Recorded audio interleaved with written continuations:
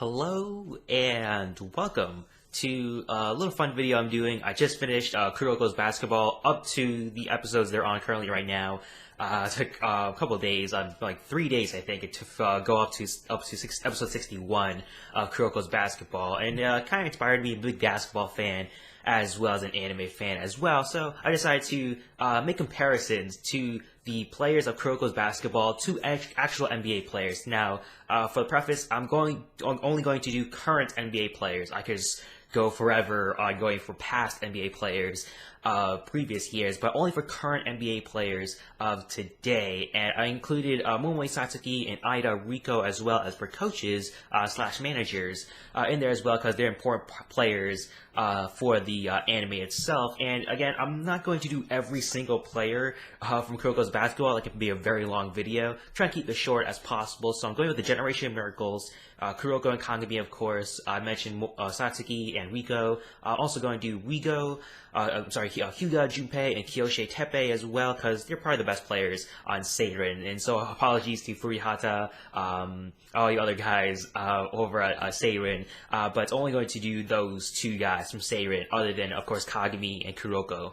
But let's get started right away. Going first with the Generation of Miracles, Aomine Daiki. I would say he's an explosive kind of player, but he's very lazy at times. Doesn't really take things seriously unless a good challenge is found for him. And when he is actually in the zone, he has crazy crossovers, explosive kind of player, almost unstoppable at times, unless he is going up against a player of his sort of power level, if you will, as we saw in the zone with Kagami and Aomine, that battle there. And so I'm going with LeBron James for that, and for very specific reasons. Of course, you know, he sort of desires for someone as good as him at times, and many other things as well for LeBron James. He's very lazy at times. If you actually watch Cavs games and even previous Heat games as well, he's very lazy. He takes plays off, not really going for 100% at the time. So similar to Aomine at very different points in the anime.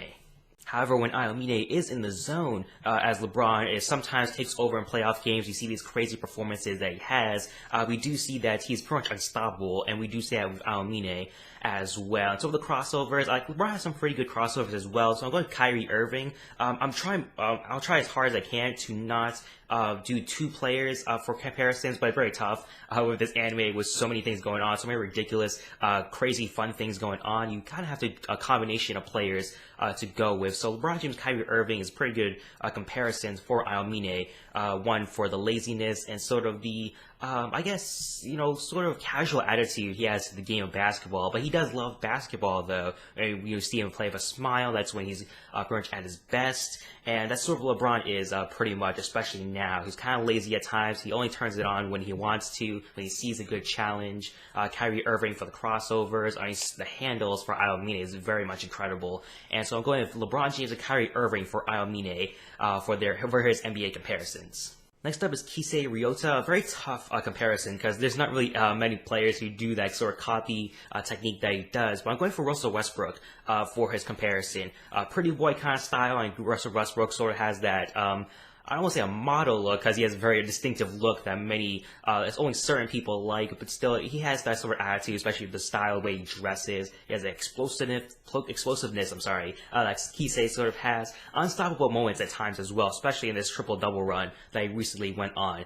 I mean, it's very similar to when Kisei goes into his perfect copy mode. It's very limited, as we're seeing again with Russell Westbrook. His triple-double run kind of is slowing down right now. Sort of with Kisei is that his perfect copy mode. Only lasts for a couple minutes, at least 5 minutes at the most, for his perfect copy. But when he is in his perfect copy, he's pretty much unstoppable there. Explosiveness. So I'm going with Kisei for those many different reasons for his comparison as Russell Westbrook. And of course, with NBA players, it's kind of tough to sort of find the attitude that Murasaki Atsushi has. He's very lazy, kind of eats chips all the time, and doesn't really like basketball. And so it's kind of hard to find an NBA player. I mean, sure, there are times where I mentioned before LeBron James being lazy, but still having a dislike and sort of just playing the game because he's tall. There are players like that, but not in today's game. I mean, all those guys, they pretty much left the NBA. They're sort of out of the NBA right now. And so in terms of pure physicality and his play style, Rudy Gobert, the Stifle Tower, his length, especially his wingspan. Check out his wingspan. Look that up. It's very insane. Probably one of those longest wingspans in the NBA today. And his shot blocking as well. Very good shot blocker. And Thor's hammer, the only thing you can compare to that for today's NBA game is probably DeAndre Jordan. His powerful dunks is very much comparable to Murasaki Bara. And so I guess Rudy Gobert for the physicality, his the length, his wingspan, shot blocking, and defense. For the offense, DeAndre Jordan is probably the best comparison I can make for Atsushi. And similar thing with the craziness and ridiculousness, for Kuroko's basketball, with Midorima, Shintaro. Of course, not many NBA players can just shoot from full court pretty much so easily that Midorima can. But I guess Kyle Korver will be the best comparison for Shintaro. His three-pointers, of course, but his ability to shoot from anywhere. I think Kyle Korver has a better idea of that than Steph Curry. I know Steph Curry is sort of an easy thing to say for Midorima, but I think he's more efficient as well than Steph Curry, and very taller than Curry as well, because in the anime we do see size comparisons as well. That Midorima is a pretty tall guy, and so is Kyle Korver. I think he's like 6'7", and his ability to shoot from that size is very much insane. And so I think Kyle Korver is a better comparison for Midorima than Steph Curry would be, for his sort of ability to shoot from anywhere, catch and shoots especially, because Steph Curry could create with his own dribble. For Midorima, we kind of might see him as a catch and shoot kind of basketball player. So I think Kyle Korver is a better comparison for Midorima than Steph Curry would be. And probably the toughest comparison for me was Akashi Seijiro. Not many NBA players are kind of like him. I don't think anyone in the NBA has that emperor's eye kind of thing. But I guess the only sort of comparison I can make for him is Kobe Bryant. His willingness to win, attitude of winning. I think a lot of people, casual fans, think he's better than everyone else. That's sort of the attitude that fans have of Kobe, that has a superiority complex, sort of like Akashi has. Of course, I don't know about the Emperor's Eye, but he does have a crazy crossover, especially when he's a younger player, dominant and unquestioned leader as well. I don't think anyone's questioning that Kobe Bryant's the leader of the Lakers. And sort of similar to Akashi being a sort of a kohai, he's pretty much having control over his senpais. And I guess that's the only similar comparison I can make for Akashi, because there's not many players like him in today's NBA game, or even any history of the NBA. I know Jason Williams has some comparisons. I saw in some articles and some YouTube videos, but it's only for the elbow pass, nothing really much there. So I think Kobe Bryant's probably the best comparison for Akashi in terms of those abilities, for his sort of attitude of winning. He has that winning kind of attitude, the crossovers, pretty much walking through everybody, essentially dominant, unquestioned leader as well. And again, it's very hard to say that, but I think Kobe is probably the best comparison for Akashi. And finally, the last part of the Generation of Miracles, the manager, Momoi Satsuki, of course, other than Kuroko. I'll get to him last for Kuroko. But Momoi Satsuki, the manager of the Generation of Miracles and the manager of Toho Academy, with Aomine, I think her best comparison is probably Greg Popovich or Steve Kerr for coaches. I think it's easy to say Becky Hammon because she's a female coach, but I think a better comparison is Greg Popovich and Steve Kerr. Expert look at players, in-depth advanced stats, because we see that Satsuki has made so many calculations, so many in-depth looks, of course, scouting her players from other teams. And I think Greg Popovich and Steve Kerr very much emulate that sort of style and sort of attitude that Satsuki does have. In terms of coaching and just the ability to look at their players, find out their weaknesses, find out their strengths in both her own players and other players as well. And so I think that's better comparisons for Satsuki. Going on to the Seirin side, Ida Riko, it's very similar to Satsuki in a way, but I think Satsuki is a little bit better than Riko as a coach, no offense. But I think Brad Stevens is their best NBA comparison, head coach of the Boston Celtics. She gets the best out of her players in Seirin. I mean, honestly, Seirin's second year team, and they've gone so far into the Winter Cups and the Inter High as well, beating the Generation of Miracles, at least for some of them. Of course, Aomine, they had trouble with with him, but she does get the most out of her players. That's what Brad Stevens has done with the Celtics, getting the most out of them, keeping that desire to win, never giving up, that sort of attitude there. I think Rico very much is comparable to Brad Stevens in that sort of way, for getting the best out of her players, other than, of course, her superstars in Kagami and Kuroko and all the other guys as well. But getting the most out of Furihata in that episode is crazy to see that. It's putting in a first-year player who's all nervous and cowardly. He's scared, but Rico trusts him and his ability. She knows their strengths, she knows their weaknesses, and she tries to improve on their strengths and weaknesses as well. But Brad Stevens does that as well for the Celtics, and it's very easy to see that with them almost making the 8th seed this year. And so Brad Stevens is the best comparison for Rico.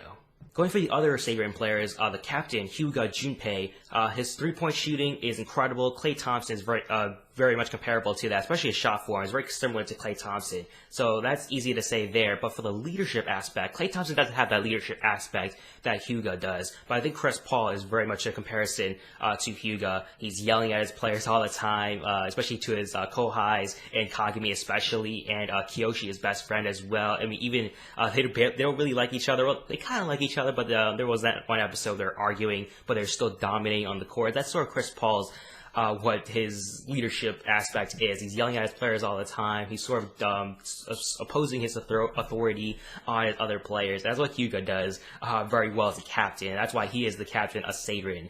And again, Chris Paul and Klay Thompson, best comparisons. Chris Paul for the leadership, Klay Thompson for the three-point shooting.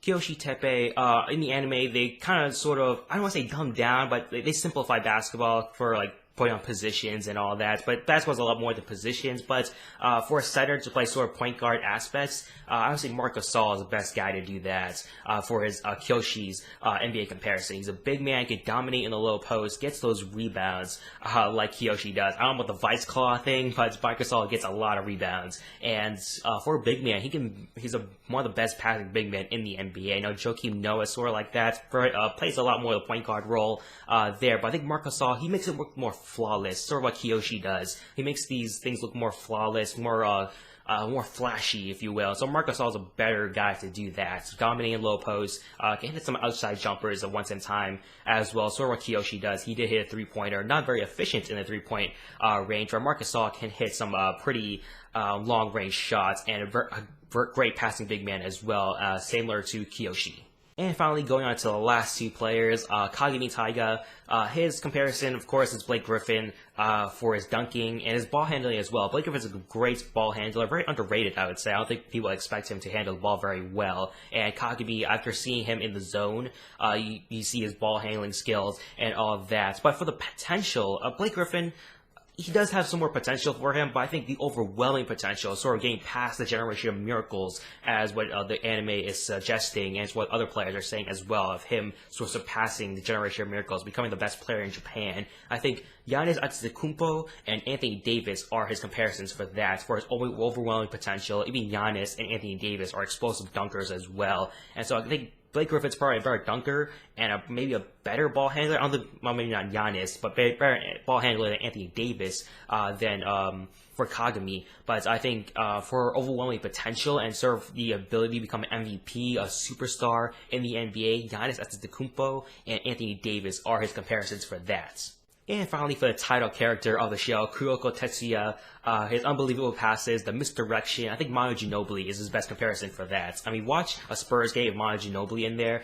Great passer. I mean, very similar to Kuroko in terms of making unbelievable passes. Or just check out highlight reel on YouTube of his passes. He's probably the closest thing where it comes to Kuroko. But he is a better shooter than Kuroko. A lot of players are better shooters than Kuroko, but I think Rajon Rondo would emulate that sort of inability to shoot. I know Kuroko has that one, the shot he makes, though, but Rondo's sort of similar. He has that little floater, which is sort of what Kuroko's shot is. It's just a very a pass floater kind of thing. And so Rondo sort of emulates his inability to shoot, but in terms of passing, which is Kuroko's strength, it's Manu Ginobili easily for his unbelievable passes, for the ignited pass, the misdirections, and all of that.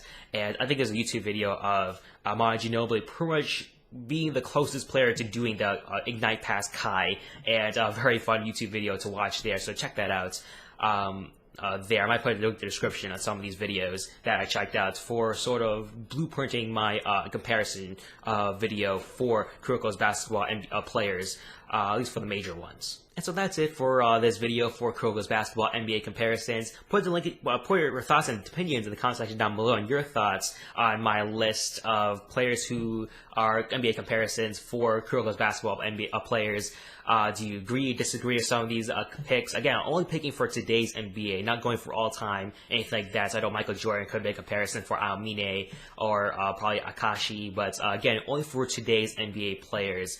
For Kuroko's basketball NBA comparisons. And so put your thoughts and opinions, whether you agree or disagree with my picks for the comparisons for some of these players of Kuroko's basketball. Add in some other ones for Furihata, Izuki, or any other players you want to add in, Tako, if you want to add in those guys for NBA comparisons. Again, I want to make this video as short as possible, but that's all I could do for Generation Miracles. Some of the players from Seirin, the coaches and managers, of course, and Satsuki and Riko, and of course Kagami and Kuroko had to be there in this video as well. But again, I mentioned in the beginning of this video, I am fully caught up on Kuroko's basketball, so expect episode recaps of the latest episodes of Kuroko's basketball Season 3 on this channel for episode recaps. I might do a review of the first 2 seasons of Kuroko's basketball. I don't know about that. Maybe I'll just wait until the whole Season 3 is over, then I'll just do a full-on review of everything from the series there. But I expect to check out Kuroko's basketball episode recaps, so subscribe to my channel to keep up to date with those. Check out my channel to also check out my other